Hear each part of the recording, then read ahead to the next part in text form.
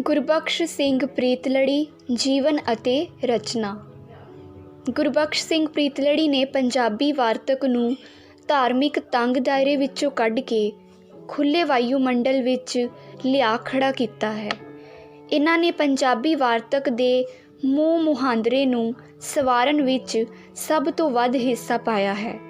ਇਹਨਾਂ ਨੇ ਯੂਰਪ ਦੀ ਖੁੱਲ੍ਹੀ ਡੁੱਲੀ ਜੀਵਨ ਸ਼ੈਲੀ ਤੋਂ ਪ੍ਰੇਰਨਾ ਲੈ ਕੇ ਪੰਜਾਬੀ ਵਿੱਚ ਰਚਨਾ ਕਰਨੀ ਸ਼ੁਰੂ ਕੀਤੀ। ਇਸ ਕਰਕੇ ਇਹਨਾਂ ਨੂੰ ਪੰਜਾਬੀ ਸਾਹਿਤ ਜਗਤ ਵਿੱਚ ਖੁੱਲ੍ਹੀਆਂ ਪ੍ਰੀਤਾਂ ਦਾ ਵਣਜਾਰਾ ਕਿਹਾ ਜਾਂਦਾ ਹੈ। ਗੁਰਬਖਸ਼ ਸਿੰਘ ਯੂਰਪ ਦੇ ਖੁੱਲ੍ਹੇ ਅਤੇ ਸੁਖਾਵੇਂ ਵਾਤਾਵਰਣ ਤੋਂ ਪ੍ਰਭਾਵਿਤ ਹੋਇਆ ਅਤੇ ਉਸ ਦੇ ਖੁਮਾਰ ਵਿੱਚ ਨਵੀਂ ਕਿਸਮ ਦੇ ਸਮਾਜ ਨੂੰ ਸਿਰਜਣ ਲਈ ਯਤਨਸ਼ੀਲ ਰਿਹਾ। ਕਹਿਣ ਦਾ ਭਾਵ ਇਹ ਹੈ ਕਿ ਗੁਰਬਖਸ਼ ਸਿੰਘ ਪ੍ਰੀਤਲੜੀ ਤੋਂ ਪਹਿਲਾਂ ਜਿੰਨੀ ਵੀ ਪੰਜਾਬੀ ਵਾਰਤਕ ਰਚੀ ਗਈ ਉਹ ਕਿਤੇ ਨਾ ਕਿਤੇ ਧਰਮ ਦੇ ਨਾਲ ਜੁੜੀ ਹੁੰਦੀ ਸੀ ਜਾਂ ਉਸ ਦਾ ਵਿਸ਼ਾ ਧਾਰਮਿਕ ਹੁੰਦਾ ਸੀ। ਪਰ ਗੁਰਬਖਸ਼ ਸਿੰਘ ਪ੍ਰੀਤਲੜੀ ਨੇ ਧਰਮ ਦੇ ਦਾਇਰੇ ਦੇ ਵਿੱਚੋਂ ਵਾਰਤਕ ਨੂੰ ਕੱਢਿਆ ਅਤੇ ਨਵੇਂ ਵਿਸ਼ਿਆਂ ਦੇ ਉੱਤੇ ਨਵੇਂ ਤਰੀਕੇ ਦੇ ਨਾਲ ਵਾਰਤਕ ਦੀ ਰਚਨਾ ਕੀਤੀ। ਯੂਰਪ ਦੀ ਜੀਵਨ ਸ਼ੈਲੀ ਤੋਂ ਉਹ ਇੰਨਾ ਪ੍ਰਭਾਵਿਤ ਸੀ ਕਿ ਉਸ ਦੀ ਵਾਰਤਕ ਦੇ ਉੱਤੇ ਉਸ ਸ਼ੈਲੀ ਦਾ ਅਸਰ ਸਪਸ਼ਟ ਦਿਖਾਈ ਦਿੰਦਾ ਸੀ।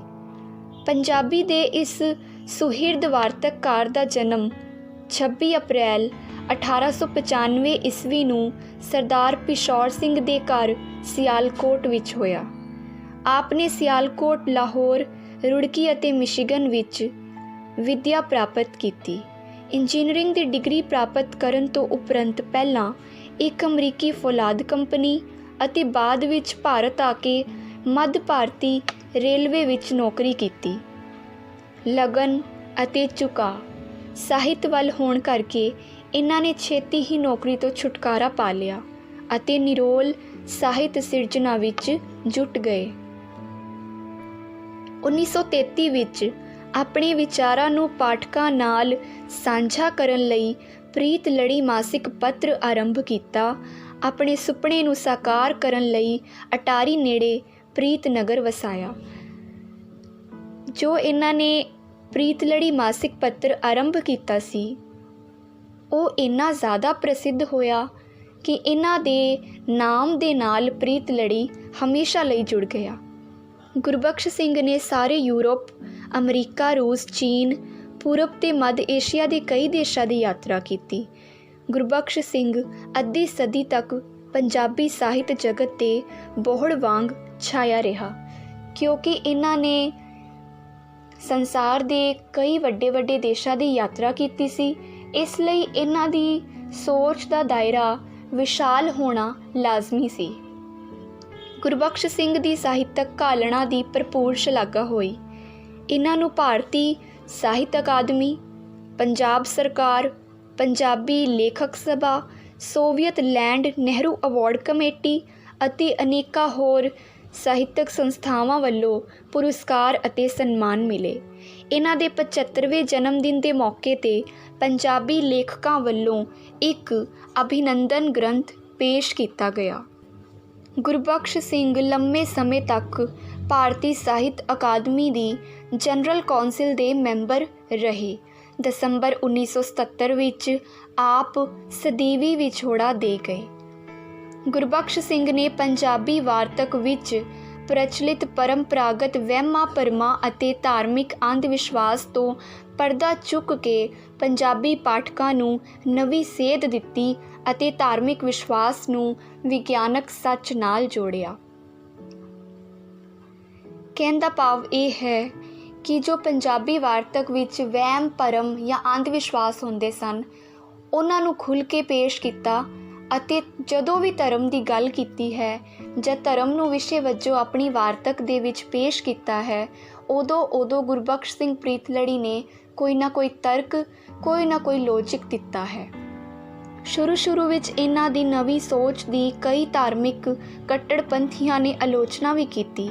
ਗੁਰੂ ਨਾਨਕ ਦੇਵ ਸੰਬੰਧੀ ਇਹਨਾਂ ਦੇ ਲਿਖੇ ਲੇਖ ਪਰਮ ਮਨੁੱਖ 'ਤੇ ਬਹੁਤ ਵਾਹ ਵੇਲਾ ਮੱਚਿਆ, ਪਰ ਛੇਤੀ ਹੀ ਨਵੇਂ ਪਹੁੰਚ ਦੇ ਨੌਜਵਾਨਾਂ ਨੂੰ ਖੁੱਲ੍ਹੀਆਂ ਪ੍ਰੀਤਾਂ ਦੀ ਪ੍ਰੇਰਨਾ ਦੇ ਕੇ ਉਹਨਾਂ ਦੇ ਦਿਲਾਂ ਅੰਦਰ ਨਿੱਘੀ ਥਾਂ ਬਣਾ ਲਈ। ਸ਼ਖਸੀਅਤ ਦੀ ਸੁੰਦਰਤਾ ਉਹਨਾਂ ਦੀ ਰਚਨਾ ਦਾ ਦੂਜਾ ਵੱਡਾ ਪੱਖ ਹੈ। ਇਹਨਾਂ ਦੇ ਧਰਮ, ਸਮਾਜ, ਰਾਜਨੀਤੀ, ਸਿਹਤ, ਪ੍ਰੇਮ, ਲਿੰਗ ਸੰਬੰਧ, ਰੱਬ, ਫਲਸਫਾ, ਇਤਿਹਾਸ, ਵਿਗਿਆਨ ਤੇ ਮਨੋਵਿਗਿਆਨ ਆਦਿ ਸਾਰੇ ਵਿਸ਼ਿਆਂ 'ਤੇ ਆਪਣੇ ਸੁਤੰਤਰ ਵਿਚਾਰ ਪੇਸ਼ ਕੀਤੇ ਹਨ। ਉਹਨਾਂ ਨੇ ਆਪਣੀ ਵਾਰਤਕ ਨੂੰ ਪ੍ਰਗਤੀਵਾਦੀ ਲਹਿਰ ਨਾਲ ਜੋੜਿਆ। ਪ੍ਰਗਤੀਵਾਦੀ ਲਹਿਰ ਤੋਂ ਭਾਵ ਹੈ ਕਿ ਸਮਾਜ ਦੀ ਭਲਾਈ ਬਾਰੇ ਸੋਚਣਾ, ਸਮਾਜ ਨੂੰ ਅਗਾਂਹ ਵਧੂ ਲੀਹਾਂ ਵੱਲ ਤੋਰਨਾ। ਗੁਰਬਖਸ਼ ਸਿੰਘ ਨੇ ਆਪਣੇ ਪਿਆਰ ਸਿਧਾਂਤ ਪਿਆਰ ਕਬਜ਼ਾ ਨਹੀਂ ਪਹਿਚਾਨ ਹੈ ਦੀ ਪੁਸ਼ਟੀ ਆਪਣੀ ਵਾਰਤਕ ਵਿੱਚ ਕੀਤੀ। ਆਪਣੇ ਸ਼ਬਦ ਜਾਲ ਵਿੱਚ ਪਾਠਕਾਂ ਨੂੰ ਜਕੜ ਲੈਣ ਦੀ ਸਮਰੱਥਾ ਇਹਨਾਂ ਦੀ ਵਾਰਤਕ ਸ਼ੈਲੀ ਵਿੱਚ ਹੈ। ਇਹਨਾਂ ਦੀ ਸ਼ੈਲੀ ਵਿੱਚ ਭਾਵੁਕਤਾ ਅਤੇ ਸੁਚੱਜੀ ਸ਼ਬਦ ਜੜਤ ਦੀ ਖੂਬੀ ਹੈ। ਇਸ ਕਰਕੇ ਇਹਨਾਂ ਨੂੰ ਸ਼ਬਦਾਂ ਦਾ ਜਾਦੂਗਰ ਵੀ ਕਿਹਾ ਜਾਂਦਾ ਹੈ।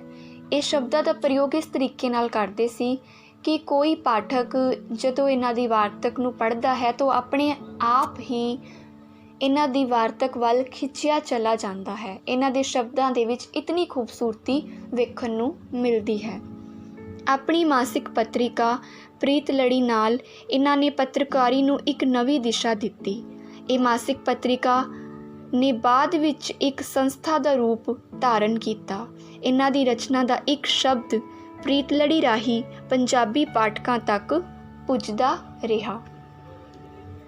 ਹੁਣ ਅਸੀਂ ਇਹਨਾਂ ਦੀਆਂ ਰਚਨਾਵਾਂ ਦੀ ਗੱਲ ਕਰਾਂਗੇ। ਕੁਝ 94 ਰਚਨਾਵਾਂ। ਵੈਸੇ ਤਾਂ ਇਹਨਾਂ ਨੇ ਹਰੇਕ ਵਿਧਾ ਦੇ ਵਿੱਚ, ਹਰੇਕ ਸਾਹਿਤ ਵਿਧਾ ਦੇ ਵਿੱਚ ਰਚਨਾ ਕੀਤੀ ਹੈ। ਸਭ ਤੋਂ ਪਹਿਲਾਂ ਹੈ ਨਿਬੰਧ ਸੰਗ੍ਰਹਿ। ਪ੍ਰੀਤ ਮਾਰਗ, ਮੇਰੀਆਂ ਅਪੁੱਲ ਯਾਦਾਂ, ਸਾਵੀਂ ਪੱਧਰੀ ਜ਼ਿੰਦਗੀ, ਨਵੀਂ ਤਕੜੀ ਦੁਨੀਆ, ਚੰਗੇਰੀ ਦੁਨੀਆ, ਖੁਸ਼ਹਾਲ ਜੀਵਨ, ਇੱਕ ਦੁਨੀਆ ਦੇ 13 ਸੁਪਨੇ, ਭਖਦੀ ਜੀਵਨ ਚੰਗਿਆੜੀ, ਜ਼ਿੰਦਗੀ ਦੀ ਰਾਸ, ਸਵੈ ਪੂਰਨਤਾ ਦੀ ਲਗਨ, ਨਵਾਂ ਸ਼ਿਵਾਲਾ, ਪਰਮ ਮਨੁੱਖ, ਮੇਰੇ ਝਰੋਖੇ 'ਚੋਂ, ਕੁਦਰਤੀ ਮਜ਼ਹਬ, ਸਰਬ ਪੱਖੀ ਨਾਇਕ, ਬੰਦੀ ਛੋੜ ਨਾਨਕ ਆਦਿ।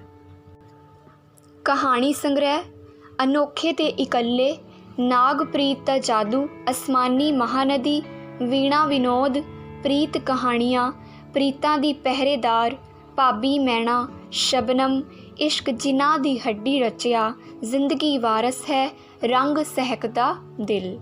ਨਾਵਲ, ਅਣਵਿਆਹੀ ਮਾਂ, ਰੁੱਖਾਂ ਦੀ ਜਿਰਾਂਦ।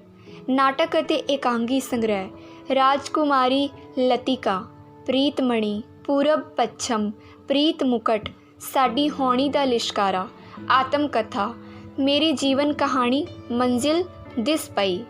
ਯਾਤਰਾ ਸਮਾਚਾਰ, ਦੁਨੀਆ ਇੱਕ ਮਹਿਲ ਹੈ। ਅਨੁਵਾਦ ਯਾਨੀ ਕਿ ਟਰਾਂਸਲੇਸ਼ਨਸ, ਏਸ਼ੀਆ ਦਾ ਚਾਨਣ, ਸੁਪਨੇ, ਮਨੋਹਰ ਸ਼ਖਸੀਅਤ, ਘਾਹ ਦੀਆਂ ਪੱਤੀਆਂ, ਮਾਂ, ਆਖਰੀ ਸਬਕ, ਮੋਲੀਅਰ ਦੇ ਨਾਟਕ, ਜ਼ਿੰਦਗੀ ਦੇ ਰਾਹਾਂ 'ਤੇ। ਜੀਵਨ ਅਤੇ ਰਚਨਾ ਤੋਂ ਬਾਅਦ ਹੈ ਜੋ ਲੇਖ ਤੁਹਾਡੇ ਸਿਲੇਬਸ ਵਿੱਚ ਲੱਗਾ ਹੈ ਇਹਨਾਂ ਦਾ ਲਿਖਿਆ ਹੋਇਆ ਮੇਰਾ ਨਿਸਫਲ ਪਿਆਰ। ਉਸ ਬਾਰੇ ਸੰਖੇਪ ਰੂਪ ਦੇ ਵਿੱਚ ਹੁਣ ਅਸੀਂ ਕੁਝ ਜਾਣਕਾਰੀ ਪ੍ਰਾਪਤ ਕਰਾਂਗੇ। ਮੇਰਾ ਨਿਸਫਲ ਪਿਆਰ ਗੁਰਬਖਸ਼ ਸਿੰਘ ਪ੍ਰੀਤਲੜੀ ਦੀ ਕਿਰਤ ਹੈ। ਗੁਰਬਖਸ਼ ਸਿੰਘ ਦੀ ਸੋਚ 'ਤੇ ਅਮਰੀਕਾ ਦੇ ਖੁੱਲ੍ਹੇ ਡੁੱਲੇ ਸਮਾਜਿਕ ਜੀਵਨ ਦਾ ਡੂੰਘਾ ਅਸਰ ਹੈ। ਪਿਆਰ ਸੰਬੰਧੀ ਉਹਨਾਂ ਦੀ ਸੋਚ ਵਿੱਚ ਅਮਰੀਕਨ ਜੀਵਨ ਸ਼ੈਲੀ ਵਾਲੀ ਵਿਸ਼ਾਲਤਾ ਹੈ। ਇਸ ਕਰਕੇ ਇਸ ਸੰਬੰਧ ਵਿੱਚ ਉਹਨਾਂ ਨੇ ਭਾਰਤੀ ਸੰਗਦਿਲੀ ਤੇ ਸੋਹੜੀ ਸੋਚ ਦਾ ਆਪਣੀ ਵਾਰਤਕ ਅਤੇ ਕਹਾਣੀਆਂ ਵਿੱਚ ਵਿਰੋਧ ਕੀਤਾ ਹੈ, ਕਿਉਂਕਿ ਉਹਨਾਂ ਦੀ ਸੋਚ ਦੇ ਉੱਪਰ ਅਮਰੀਕਾ ਦੀ ਜੀਵਨ ਸ਼ੈਲੀ ਦਾ ਪ੍ਰਭਾਵ ਹੈ। ਇਸ ਕਰਕੇ ਭਾਰਤ ਦੇ ਵਿੱਚ ਜਿੰਨੀ ਵੀ ਛੋਟੀ ਸੋਚ ਹੈ ਉਸ ਦਾ ਵਿਰੋਧ ਉਹ ਆਪਣੀ ਵਾਰਤਕ ਔਰ ਕਹਾਣੀਆਂ ਦੇ ਵਿੱਚ ਕਰਦੇ ਆਏ ਹਨ। ਮੇਰਾ ਨਿਸਫਲ ਪਿਆਰ ਉਹਨਾਂ ਦੀ ਪਿਆਰ ਸੰਬੰਧੀ ਸੁਤੰਤਰ ਸੋਚ ਦਾ ਹੀ ਪ੍ਰਤੀਬਿੰਬ ਹੈ। ਕਹਿਣ ਦਾ ਭਾਵ ਹੈ ਕਿ ਇਸ ਲੇਖ ਦੇ ਵਿੱਚ ਉਹਨਾਂ ਨੇ ਪਿਆਰ ਨੂੰ ਇੱਕ ਨਵੇਂ ਹੀ ਤਰੀਕੇ ਨਾਲ ਪੇਸ਼ ਕੀਤਾ ਹੈ। ਪਿਆਰ ਦਾ ਇੱਕ ਨਵਾਂ ਹੀ ਰੂਪ ਉਹਨਾਂ ਨੇ ਸਾਨੂੰ ਵਿਖਾਇਆ ਹੈ। ਗੁਰਬਖਸ਼ ਸਿੰਘ ਪ੍ਰੀਤਲੜੀ ਪਿਆਰ ਨੂੰ ਆਤਮਾ ਦੀ ਖੁਰਾਕ ਮੰਨਦਾ ਹੈ, ਸਰੀਰਾਂ ਦੀ ਭੁੱਖ ਨਹੀਂ। ਉਹ ਉਸ ਪਿਆਰ ਦੀ ਹਾਮੀ ਭਰਦਾ ਹੈ ਜੋ ਜ਼ਿੰਦਗੀ ਨੂੰ ਪ੍ਰੇਰਨਾ ਦੇ ਕੇ ਭਰਪੂਰ ਜੀਣ ਥੀਣ ਦਾ ਚਾਅ ਪ੍ਰਦਾਨ ਕਰੇ। ਗੁਰਬਖਸ਼ ਸਿੰਘ ਦੀ ਨਜ਼ਰ ਵਿੱਚ ਪਿਆਰ ਇੱਕ ਸੂਖਮ ਅਹਿਸਾਸ ਹੈ ਜੋ ਜ਼ਿੰਦਗੀ ਨੂੰ ਤਾਲ ਅਤੇ ਲੈਅ ਨਾਲ ਜੀਣ ਲਈ ਪ੍ਰੇਰਿਤ ਕਰਦਾ ਹੈ। ਇਹਨਾਂ ਦੀ ਨਜ਼ਰ ਵਿੱਚ ਪਿਆਰ ਆਤਮਾ ਦੇ ਨਾਲ ਜੁੜਿਆ ਹੋਇਆ ਹੈ ਅਤੇ ਪਿਆਰ ਉਹੀ ਹੈ ਜੋ ਤੁਹਾਨੂੰ ਜ਼ਿੰਦਗੀ ਜਿਉਣ ਦਾ ਜਜ਼ਬਾ ਪ੍ਰਦਾਨ ਕਰਦਾ ਹੈ। ਪਿਆਰ ਦਾ ਅਹਿਸਾਸ ਕਬਜ਼ੇ ਤੋਂ ਮੁਕਤ ਹੋਣਾ ਚਾਹੀਦਾ ਹੈ। ਕਬਜ਼ੇ ਦੀ ਸੀਮਾ ਵਿੱਚ ਜਕੜਿਆ ਪਿਆਰ ਮਨੁੱਖੀ ਸਮਾਜਿਕ ਰਿਸ਼ਤਿਆਂ ਦਾ ਰੂਪ ਧਾਰਨ ਕਰਦਾ ਹੈ ਜੋ ਜ਼ਿੰਦਗੀ ਲਈ ਅਕੇਵਾਂ ਤੇ ਥਕੇਵਾਂ ਪੈਦਾ ਕਰਦੇ ਹਨ। ਇਸ ਨਿਬੰਧ ਵਿਚਲੀ ਔਰਤ ਮੱਖਣੀ ਨਾਲ ਹੋਈ ਲੇਖਕ ਦੀ ਨਿੱਕੀ ਜਿਹੀ ਮੁਲਾਕਾਤ ਜੀਵਨ ਭਰ ਜਿਉਣ ਲਈ ਲੇਖਕ ਨੂੰ ਸਰੂਰ ਪ੍ਰਦਾਨ ਕਰਦੀ ਰਹੀ।